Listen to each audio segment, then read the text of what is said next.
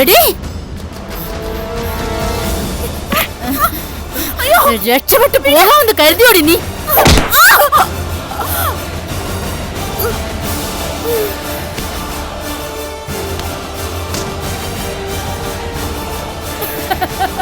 അവള് ചത്തേ.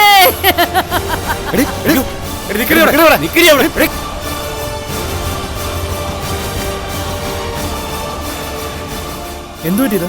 ഒരു ഭ്രാന്തി തലക്കടിച്ചതാ. ഇത് ബാങ്കിൽ അടച്ചാ മേഡം. നിങ്ങളൊരു വണ്ടി വിളിക്കോ? മാഡം മാഡം ഒന്ന് പിടിച്ചേട്ടാ.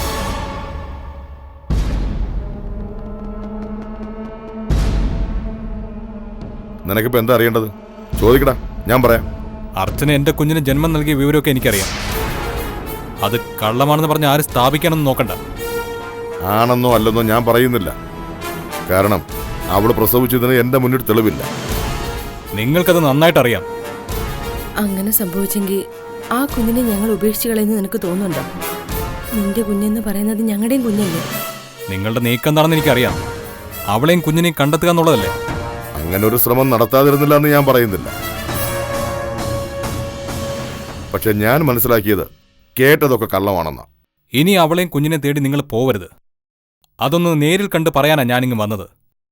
ഇനി നീ ചില കാര്യങ്ങളോട് മനസ്സിലാക്കി വെക്കുന്നത് നല്ലതാ. അർച്ചന ചെന്നൈയിലുണ്ട്. ഒരു കമ്പനിയിൽ അക്കൗണ്ടന്റായി അവള് ജോലി ചെയ്യുന്നു എന്നാ എനിക്ക് കിട്ടിയ വിവരം. അവള് ജോലി ചെയ്യുന്ന സ്ഥാപനം വരെ എനിക്കറിയാം. നീ വിശ്വസിച്ചാലും ഇല്ലെങ്കിലും ഒന്നുകൂടി ഞാൻ പറയാം. അവള് ഹോസ്റ്റലിലാണ് താമസിക്കുന്നത്. അവൾക്കൊപ്പം കുഞ്ഞില്ല. പ്രസവിച്ച് ഉപേക്ഷിച്ച് കളഞ്ഞാണോന്ന് എനിക്കറിയില്ല. CA ഹേമചന്ദ്രൻ എനിക്ക് എന്ന വിവരമാണ്. നിനക്ക് വേണമെങ്കിൽ ഹേമനെ ചെന്ന് കാണാം. അവളെ ഇല്ലാതാക്കണമെങ്കിൽ എനിക്കത് എന്നേ ആവാമായിരുന്നു. വേണ്ടി വന്നാൽ ഞാൻ അതിനും മടിക്കില്ലെന്ന് നിനക്കറിയാമല്ലോ. പക്ഷെ ഞാൻ അവിടെ ജീവിക്കാൻ അനുവദിച്ചു.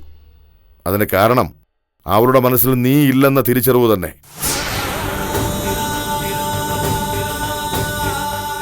അവരുടെ ഓർമ്മയിൽ പോലും നീ ഇല്ല. നീ അവരുടെ മുന്നിൽ ചെന്നാൽ നാണം കെട്ടി തിരിച്ചു വരേണ്ടി വരും. ഇത് വെറും വാക്കല്ല, സത്യമാണ്. മറ്റൊരു പെണ്ണിന്റെ കഴുത്തിൽ താലി കെട്ടി ഒരു കുഞ്ഞുമായി ജീവിക്കുന്നവനെ അവൾക്ക് എന്തിനു വേണം?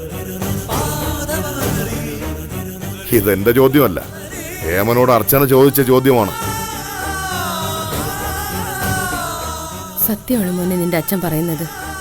അർച്ചനയ്ക്ക് വേണ്ടിയിട്ടുള്ള അന്വേഷണം എന്നെ അവസാനിപ്പിച്ചു. അവിടെ ഇവിടെയും കേട്ട കാര്യങ്ങളാ ശബരി പറയുന്നത്. നീ നിന്റെ കുടുംബജീവിതം തല്ലി തകർക്കരുത്. ഇപ്പോഴും നിരഞ്ജന നിന്നെ വിശ്വസിച്ചാ ജീവിക്കുന്നത്. സുധി, അവൻ പോട്ടടി. അവനെ പിടിച്ചെടുത്തിട്ട് കാര്യമില്ല. എനിക്ക് ഹേമനെ ഒന്ന് വിളിക്കണം.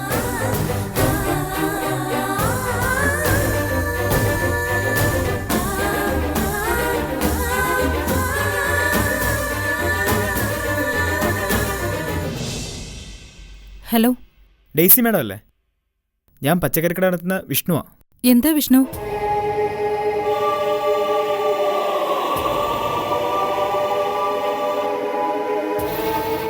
ഇപ്പോ ഇവിടെ ലീല ഹോസ്പിറ്റലുണ്ട്. ശരി, ഞാൻ ഉടനെ അങ്ങോട്ട് വരാം.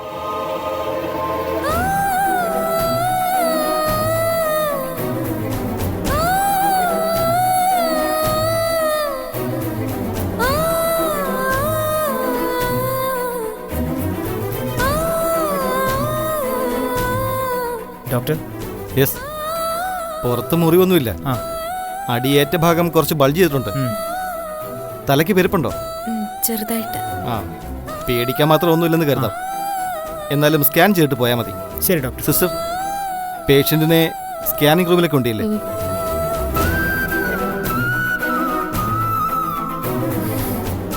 വേണ്ട മാഡം, കിടന്നോളൂ. മാഡം കുഴപ്പമൊന്നുമില്ല വിഷ്ണു. ഒന്നും പറ്റിയിട്ടില്ല മാഡം. വിഷ്ണു ആണോ എന്നെ ഹോസ്പിറ്റലിലേക്ക് കൊണ്ടുവന്നത്? അതെ മാഡം. ആൾക്കാരുടെ ബഹളം കേട്ട് ഞാൻ വണ്ടി നിർത്തിയതാ. അപ്പോൾ മാഡം ബോധമില്ലാതെ റോഡിൽ കിടക്കായിരുന്നു.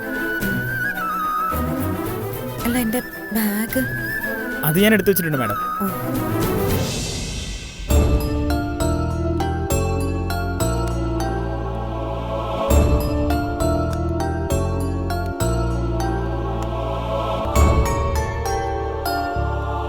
അർച്ചന എവിടെ? പേടിക്കാൻ മാത്രം ഒന്നുമില്ല മാഡം. തലയിൽ മുറിവില്ല. അടികൊണ്ട ഭാഗത്ത് കുറച്ച് മുഴച്ചിട്ടുണ്ട്. സ്കാൻ ചെയ്തിട്ട് പോയാൽ മതിയെന്ന് ഡോക്ടർ പറഞ്ഞു. സ്കാനിങ് നടക്കുക. സത്യത്തിൽ എന്താ സംഭവിച്ചത്? സംഭവം എന്താണെന്ന് ഞാനും കണ്ടില്ല സാർ. ആളുകൾ കൂടി നിൽക്കുന്ന കണ്ട ഞാൻ വണ്ടി നിർത്തിയത്. അപ്പോൾ അർച്ചന മേഡം റോഡിൽ കിടപ്പുണ്ട്. ബോധമില്ലായിരുന്നു. എൻ്റെ കൂടെ ഹോസ്പിറ്റലിലേക്ക് വന്ന ആളാ കാര്യം പറഞ്ഞത്. രാവിലെ ഒരു ഭ്രാന്തി ടൗണിലേക്ക് എത്തിയിട്ടുണ്ട്. റോഡിൽ ഭയങ്കര ബേളമായിരുന്നു ആ സ്ത്രീ. അർച്ചന മേഡത്തെ തലക്കടിച്ചിട്ട് അവർ കടന്നിളഞ്ഞതാ. എന്തായാലും വിഷ്ണു ചെയ്ത വലിയ കാര്യം കേട്ടോ. അർച്ചന മേഡം അല്ല, ആരായാലും ഇങ്ങനെ ഒരു കാഴ്ച കണ്ട ഞാൻ മുഖം തിരിച്ച് പോവില്ല സാർ. ദേ അർച്ചനയെ കൊണ്ടുവരുന്നുണ്ടല്ലോ. അല്ല, എല്ലാരും ഇങ്ങ് എത്തിയല്ലോ. സാറും മേഡമൊക്കെ എങ്ങനെ അറിഞ്ഞു? വിഷ്ണു എന്നെ വിളിച്ചു പറഞ്ഞു. രാജീവ് സാർ ബാങ്കിൽ നിന്ന് ഇറങ്ങിയിട്ടേ ഉണ്ടായിരുന്നുള്ളൂ. എന്തെങ്കിലും പ്രശ്നമുണ്ടോ അർച്ചന? കുഴപ്പമൊന്നുമില്ലെന്നാ ഡോക്ടർ പറഞ്ഞത്. പിന്നെ ആ സ്ത്രീക്ക് എന്ത് പറ്റിയെന്ന് വിഷ്ണു ഒന്ന് അന്വേഷിക്കണം. ആളുകൾ അവരെ ഉപദ്രവിച്ചു കാണും. അടി കിട്ടിയതിലല്ല, ആ പ്രാന്തിക്ക് എന്തു പറ്റിയെന്ന് അറിയാൻ അർച്ചനയ്ക്ക് തിടുക്കുമല്ലേ? മാനസിക നില തെറ്റിയ സ്ത്രീയല്ലേ മാഡം? വിഷ്ണു ഒന്ന് അന്വേഷിക്കണം. ഞാൻ അന്വേഷിക്കാം. പോവാം.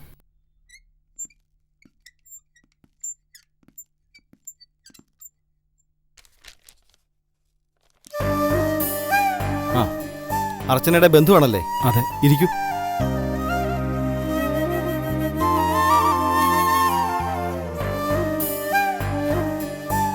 ഹെഡ് ഇഞ്ചുറി ഒന്നും സംഭവിച്ചിട്ടില്ല. കുറച്ച് സമയം തലയ്ക്ക് വേദനയുണ്ടാവും. പിന്നെ അത് മാറിക്കോളും. ഞാൻ കുറച്ച് ടാബ്ലറ്റ്സ് എഴുതി തരാം. ഓക്കെ? ശരി.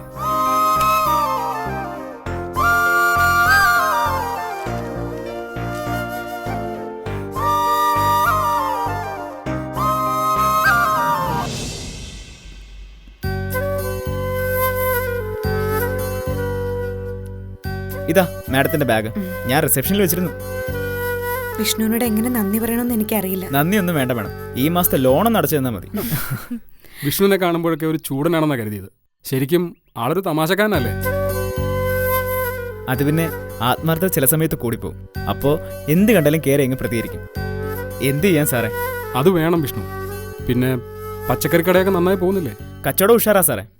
സാറ് മനസ്സ് വെച്ചിട്ടാ ലോൺ പെട്ടെന്ന് ശരിയായി കിട്ടിയെന്ന് എനിക്കറിയാം. എന്നാ നിങ്ങൾ ചെല്ല്.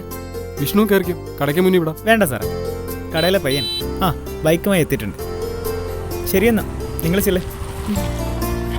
ആ സ്ത്രീയെ പോലീസുകാരൊന്ന് കൊണ്ടുപോയതായിട്ട് അറിഞ്ഞത്. മെന്റൽ ഹോസ്പിറ്റലിലേക്ക് ആവാനാ സാധ്യത. എന്നാ ഞാൻ പിന്നെ പോട്ടെ. ശരി. നിങ്ങൾ കയറിക്കും.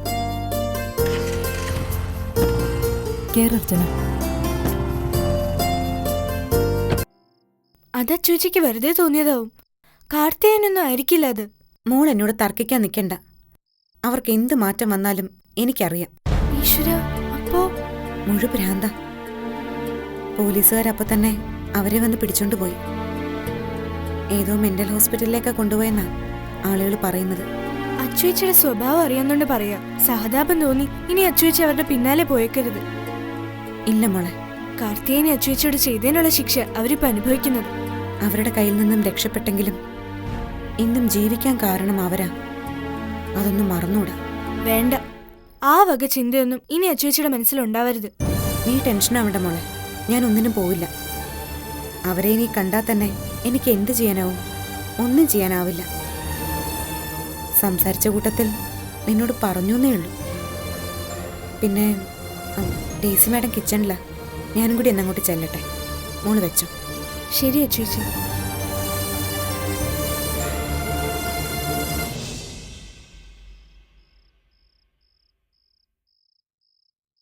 അച്ഛ.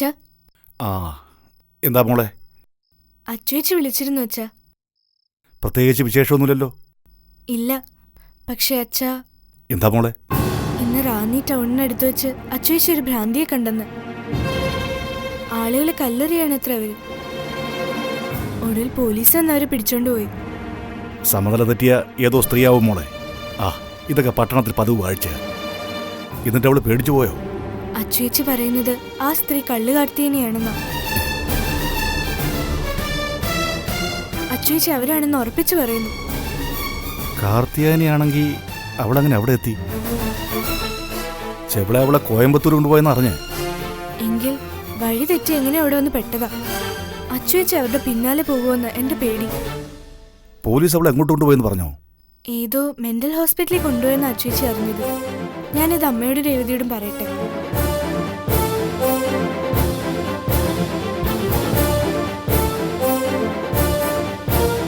ഒടുവിൽ കാർത്തിയാനിയും അർച്ചനയുടെ മുന്നിൽ തന്നെ ചെന്ന് പെട്ടു.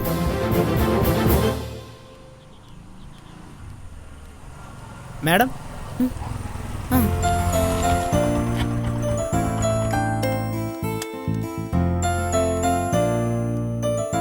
വിഷ്ണു എന്താ ഈ വഴി? അത് നല്ല ചോദ്യം തന്നെ. മാഡം താമസിക്കുന്ന വീട് കഴിഞ്ഞ് മൂന്നാമത്തെ വീടാ എൻ്റെത്. ആണോ? എനിക്കതറിയില്ലായിരുന്നു. മാഡത്തിന്റെ അനിയത്തിമാർ വന്ന് വീട് അന്വേഷിച്ചപ്പോൾ പറഞ്ഞു കൊടുത്തത് ഞാനാ. ആഹാ, അത് ഞാൻ അറിഞ്ഞില്ല. ആ, പിന്നെ വിഷ്ണുവിന്റെ വീട്ടിൽ ആരൊക്കെയുണ്ട്? ഞാനും അമ്മയും മാത്രമേ ഉള്ളൂ മാഡം. അമ്മയ്ക്ക് നല്ല സുഖമില്ല, കിടപ്പ് തന്നെയാ. സഹോദരിമാരില്ലേ? ഇല്ല, ഞാൻ ഒരാളേ ഉള്ളൂ. അച്ഛൻ മരിച്ചിട്ട് 12 വർഷമായി. എനിക്ക് പച്ചക്കറിക്കട മാത്രമല്ല, വേറെയും 2 കടകളൂടിയുണ്ട്. പിന്നെ 2 ഓട്ടോയും. പാചകത്തിനും പോവും. അച്ഛൻ പേരെടുത്തൊരു പാചകക്കാരനായിരുന്നു. മാസം 10 കൊട്ടേഷൻ കിട്ടും. അങ്ങനെയൊക്കെ അങ്ങ് പോകുന്നു മാഡം. ഈ മാഡം വിളി ഒന്ന് നിർത്താവോ? പേരൊക്കെ വിളിക്കുന്നത് ബോറല്ലേ മാഡം? ഞാൻ ഒരുപാട് പേരെ മാഡം ഒന്ന് വിളിച്ചിട്ടുണ്ട്. പക്ഷേ എന്നെ അങ്ങനെ വിളിക്കുന്നത് കേൾക്കാൻ എനിക്ക് ഒട്ടും സുഖം തോന്നുന്നില്ല. വിഷ്ണുവിനെ ചേച്ചിന്ന് വിളിക്ക്. അത് കേൾക്കാനാണ് എനിക്കിഷ്ടം. ആയിക്കോട്ടെ, ഒരു പെങ്ങളെ കിട്ടുന്നത് ഭാഗ്യല്ലേ. ആ, ഞായറാഴ്ച ഞാൻ വിഷ്ണുവിന്റെ അമ്മയെ കാണാൻ വരുന്നുണ്ട് കേട്ടോ. എന്നാ എനിക്ക് സന്തോഷമാവും. ആ, പിന്നെ വിഷ്ണു എനിക്കൊരു സഹായം കൂടി ചെയ്തു തരണം. എന്നെ കൊണ്ട് പറ്റുന്ന എന്ത് സഹായം വേണമെങ്കിലും ചെയ്തുതരാം. എന്നെ ആക്രമിച്ച ആ സ്ത്രീ ഉണ്ടല്ലോ, അവരെ എവിടേക്കാ പോലീസ് കൊണ്ടുപോയെന്ന് കണ്ടെത്തി തരണം. എന്തിനാ അതിന്റെ പിന്നാലെ പോകുന്നത്? ആ സ്ത്രീ എന്നെ വെറുതെ ആക്രമിച്ചതല്ല. അവരെ എനിക്കറിയാം. കാർത്തിയാനിന്ന് അവരുടെ പേര്. എന്റെ നാട്ടുകാരിയാ. അവിടെ ചായ കച്ചവടമായിരുന്നു.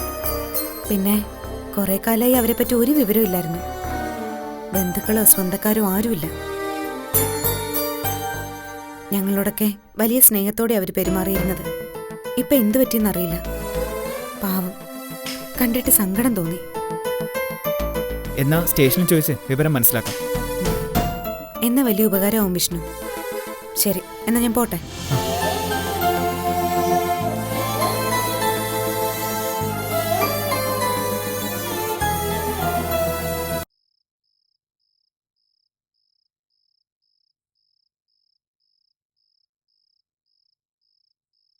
സുധീന്ന് ബാങ്കിൽ പോയില്ലേ?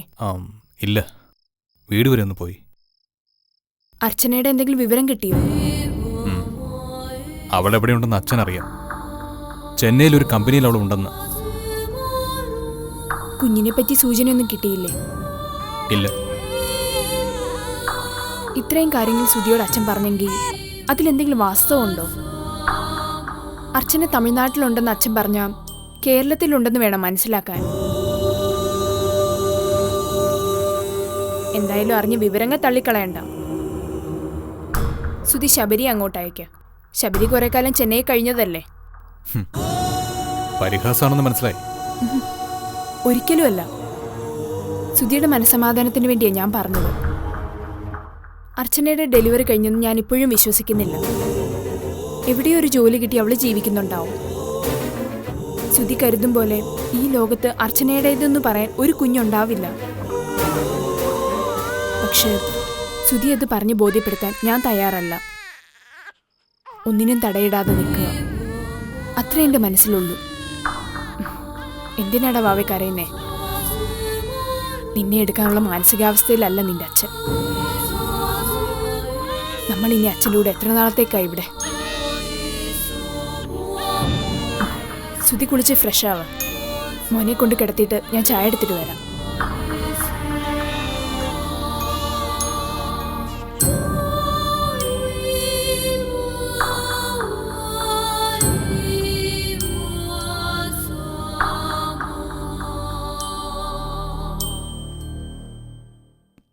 ഡെയ്സി മാഡത്തിന്റെ കോൾ വന്നപ്പോൾ ഞാൻ ശരിക്കും ഞെട്ടിപ്പോയി. അടി കിട്ടിയ ഓർമ്മ മാത്രമേ എനിക്ക് ഉണ്ടായിരുന്നുള്ളൂ. അർച്ചനയെ പോലെ ഒരാൾക്ക് തന്നെ അത് കിട്ടിയില്ലെന്ന് ഓർക്കുമ്പോഴാണ് ഒരു വിഷമം. മനസ്സിന്റെ താളം തെറ്റിയ സ്ത്രീയല്ലേ. എന്താ ചെയ്യുന്നതെന്ന് പോലും അവർക്കറിയില്ല. അർച്ചന ക്ഷമ കൂടുതലുള്ള ആളാന്ന് തോന്നുന്നു. ദ്രോഹിക്കുന്നവരോട് ക്ഷമിക്കാൻ കഴിയുന്നല്ലോ. എന്നെ ആര് ദ്രോഹിക്കാനാ സർ? ആർക്കും ഒരു ഉപദ്രവം ഉണ്ടാവരുതെന്നാ എന്റെ പ്രാർത്ഥന. ഇന്നലത്തെ സംഭവങ്ങളൊക്കെ ഞാൻ അമ്മയോട് പറഞ്ഞു. എല്ലാ കാര്യങ്ങളും ഞങ്ങൾ പരസ്പരം സംസാരിക്കും. മറച്ചുവെച്ച് എനിക്കും അമ്മയ്ക്കും ഒരു രഹസ്യങ്ങളും ഇല്ല. അർച്ചനയെപ്പറ്റി ഏതാണ്ടൊരു ചിത്രം അമ്മയുടെ മനസ്സിലുണ്ട്. അർച്ചനയെ വന്നൊന്ന് കാണാൻ അമ്മ വല്ലാതെ നിർബന്ധം പിടിച്ചതാ. അതിന് മാത്രം ഒന്നും സംഭവിച്ചില്ലല്ലോ സർ. തലക്കടിയേറ്റ് ഒരാൾ ബോധം കെട്ട് വീണെന്ന് കേട്ടാ ആരാ പേടിക്കാത്തത്? അപ്പോ ഈ വിവരം സാറ് പറഞ്ഞോ? പറഞ്ഞു. അർച്ചനയെ കാണാനും പരിചയപ്പെടാനും കഴിയുന്ന ഒരു അവസരമായിട്ടാ അമ്മ അതിനെ കണ്ടത്. ഞാൻ പലപ്പോഴും അർച്ചനെക്കുറിച്ച് പറയാറുണ്ട്. അങ്ങനെ ഒരാളെ കണ്ടിരിക്കാൻ തോന്നുന്ന ഒരു കൗതുകം, അത്രേ ഉള്ളൂ. വീണ്ടും അങ്ങോട്ട് വരാൻ മടിച്ചിട്ടാ ഞാൻ ഒഴിഞ്ഞു മാറിയത്. ആ, സമയം ഒരുപാടായി. മനുഷ്യന് സ്വസ്ഥത കിട്ടാതെ ജോലിയാ. കുറച്ച് ജോലിയുടെ ബാക്കിയുണ്ട്. ഞാൻ അങ്ങോട്ട് ചെല്ലട്ടെ?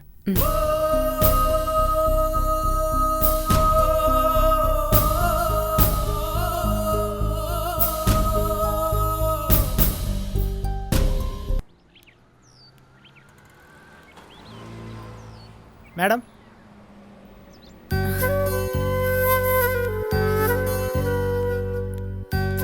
അർച്ചന മാഡം. ഓ, ചേച്ചി എന്താ ഇവിടെ? ഞാൻ വിഷ്ണുവിന്റെ കട എവിടെയാന്ന് നോക്കുമായിരുന്നു. അതും എൻ്റെ ഒരു കട തന്നെയാ. അല്ല, കാർത്തിയാനെ കുറിച്ച് എന്തെങ്കിലും വിവരം വിഷ്ണുവിന് കിട്ടിയോന്ന് അറിയാനാ ഞാൻ വന്നത്. ഞാൻ അങ്ങോട്ടൊന്ന് ചേച്ചിയെ കാണാൻ വേണ്ടി ഇരുന്നതാ. പോലീസ് സ്റ്റേഷനിൽ പോയി അന്വേഷിച്ചു. ഇവിടുത്തെ മെന്റൽ ഹോസ്പിറ്റലിൽ ആ സ്ത്രീ ഉണ്ട്. സത്യമാണോ വിഷ്ണു? പോലീസുകാർക്ക് കള്ളം പറയേണ്ട ആവശ്യമൊന്നുമില്ലല്ലോ. കൊണ്ടു ചെന്ന ഉടനെ സെല്ലിൽ അടച്ചെന്നാ പറഞ്ഞത്. എനിക്ക് അവരെ ചെന്നൊന്ന് കാണണമെന്നുണ്ട്. കണ്ടിട്ടും പ്രത്യേകിച്ച് കാര്യമൊന്നുമില്ല. അവർക്ക് വേണ്ടിയല്ല, എൻ്റെ ഒരു സമാധാനത്തിന് വേണ്ടി. കണ്ടിട്ട് മുഖം തിരിച്ചു പോയി എന്നുള്ളൊരു സങ്കടം പിന്നെ തോന്നാതിരിക്കാനാ. എവിടെയാ ഹോസ്പിറ്റല്? വിഷ്ണുവിനറിയോ? ടൗണിൽ നിന്ന് 4-5 കിലോമീറ്റർ പോകണം. അർച്ചനേച്ചി അവരെ കാണാൻ പോകുന്നെങ്കിൽ കൂട്ടിന് ഞാനും വരാം. തിരക്കിനിടയിൽ വിഷ്ണുവിനത് ബുദ്ധിമുട്ടാവില്ലേ? ഒരു കാര്യം ബുദ്ധിമുട്ടായി തോന്നിയ ബുദ്ധിമുട്ട് തന്നെയാ. ഈ കച്ചവടത്തിനിടയിൽ ഒരാൾക്ക് ബ്ലഡ് കൊടുത്തിട്ടാ ഞാൻ വന്നിരിക്കുന്നത്. നാളെ അവധി ദിവസമല്ലേ? അർച്ചനേച്ചി റെഡിയായി നിൽക്ക്, ഞാൻ വരാം. എൻ്റെ ഓട്ടെ പോ. എന്നാ കൂടുതൽ സന്തോഷം. ആ ശരി ചേച്ചി. ശരി. ആ ഹലോ, പറയടാ. എത്ര സ്മാർട്ടാ അവൻ. ഒരു രക്തബന്ധവും ഇല്ലാത്തവർ എവിടെയൊക്കെയോ ബന്ധുക്കളായി കാത്തിരിക്കുന്നു.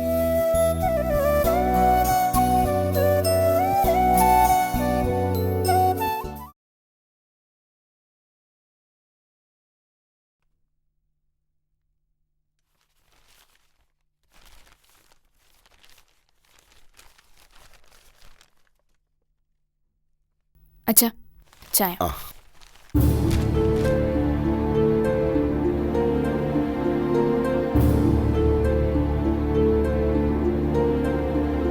സുധി പലപ്പോഴും വൈകിയാ വരുന്നത്. നിരഞ്ജന സുധിയുടെ ഭാര്യയാ. ആ തിരിച്ചറിവ് നിനക്കില്ലാതെ പോകുന്നതാ അവന്റെ വഴിവിട്ട പോക്കിന് കാരണം. ഞാൻ എന്ത് ചെയ്യണമെന്ന് അച്ഛൻ പറയുന്നേ? എന്നോട് ഈ ചോദ്യം ചോദിക്കാൻ തന്നെ നിനക്ക് നാണമില്ലേ? ആരോ പറഞ്ഞു കേട്ട ഒരു അറിവ് വെച്ച് ഭർത്താവ് ഭാര്യയെയും അതിലൊരു കുഞ്ഞിനെയും തേടി ഇറങ്ങി പുറപ്പെടുക, അത് കണ്ടു നിൽക്കുക. നിന്റെ സ്ഥാനത്ത് ഏതെങ്കിലും ഒരു ഭാര്യയായിരുന്നെങ്കിൽ ഇതൊക്കെ കണ്ടും കേട്ട് നിൽക്കുമായിരുന്നോ? പ്രതികരിക്കാൻ ഞാൻ പേടിക്കുന്നതാ. ഞാൻ എന്തെങ്കിലും പറഞ്ഞാൽ സുധി കഴിച്ചിട്ടാവും കേറി വരിക. അത് കാണാനുള്ള ശക്തി എനിക്കില്ല. സുധി അവളെ അന്വേഷിക്കട്ടെ എന്ന് തന്നെ ഞാനും കരുതി. അതല്ല മോളെ ഒരു ഭാര്യ ചെയ്യേണ്ടത്. നിന്റെ നിലപാടുകൾ കുറച്ച് കടുപ്പിക്കണം. അവനാണ് തകരാറെന്നല്ലേ നിന്നെ ഇതുവരെ അവൻ പറഞ്ഞു വിശ്വസിപ്പിച്ചത്. നീ എന്തുകൊണ്ടത് തിരിച്ചു ചോദിക്കുന്നില്ല? അർച്ചനയിൽ തനിക്കൊരു കുഞ്ഞുണ്ടെന്ന് സുധി പറയുമ്പോ ഇത്രയും കാലം എന്നെ ചതിക്കായിരുന്നില്ലേ എന്ന് നീ ചോദിക്കാത്ത എന്താ? അത് സത്യമല്ലെന്ന് എനിക്ക് നല്ല ബോധ്യമുണ്ട്. ശബരി സുധി അത് തെറ്റിദ്ധരിപ്പിക്കാൻ വേണ്ടി പറഞ്ഞതാ. കുഞ്ഞ് ജനിക്കില്ല എന്ന് വിശ്വസിക്കുന്നവൻ അത് കേട്ട് തെറ്റിദ്ധരിക്കോ? അർച്ചനെ സംബന്ധിച്ച് എന്ത് കേട്ടാലും സുധി മറ്റൊരാളായി മാറും. കുഞ്ഞിന്റെ കാര്യത്തിൽ സുധിയും വിശ്വാസമൊന്നും കാണിക്കുന്നില്ല. എനിക്കത് ബോധ്യപ്പെട്ട കാര്യമാണ്. സുധിയെ ഇപ്പം അലട്ടിക്കൊണ്ടിരിക്കുന്നത് അർച്ചന അവിവാഹിതയായി തുടരുന്നു എന്ന അറിവാണ്. അച്ഛൻ പറഞ്ഞത് കുറച്ചൊക്കെ സുധി വിശ്വസിച്ചിട്ടുണ്ട്. അവൾ ചെന്നൈയിൽ ഒരു കമ്പനിയിലുണ്ടെന്നാണ് എന്നോട് പറഞ്ഞത്. താമസ ഹോസ്റ്റലിലാണത്രേ. കുഞ്ഞുമായി ഹോസ്റ്റലിൽ താമസിക്കാൻ പറ്റില്ലെന്ന് സുധിക്കും അറിയാം. അത് ഞാൻ അവനെ ഒന്ന് അടക്കി നിർത്താൻ പറഞ്ഞതാ. പക്ഷേ സുധി ഇപ്പം ആ വഴിക്ക് നീങ്ങിക്കൊണ്ടിരിക്കുന്നത്. ചെന്നന്വേഷിക്കട്ടെ. ഞാനൊരു കാര്യം ചോദിച്ചാൽ അച്ഛൻ എന്നോട് സത്യം പറയൂ. അർച്ചനയെ പറ്റി അച്ഛൻ എന്തെങ്കിലും വിവരം കിട്ടിയിട്ടുണ്ടോ?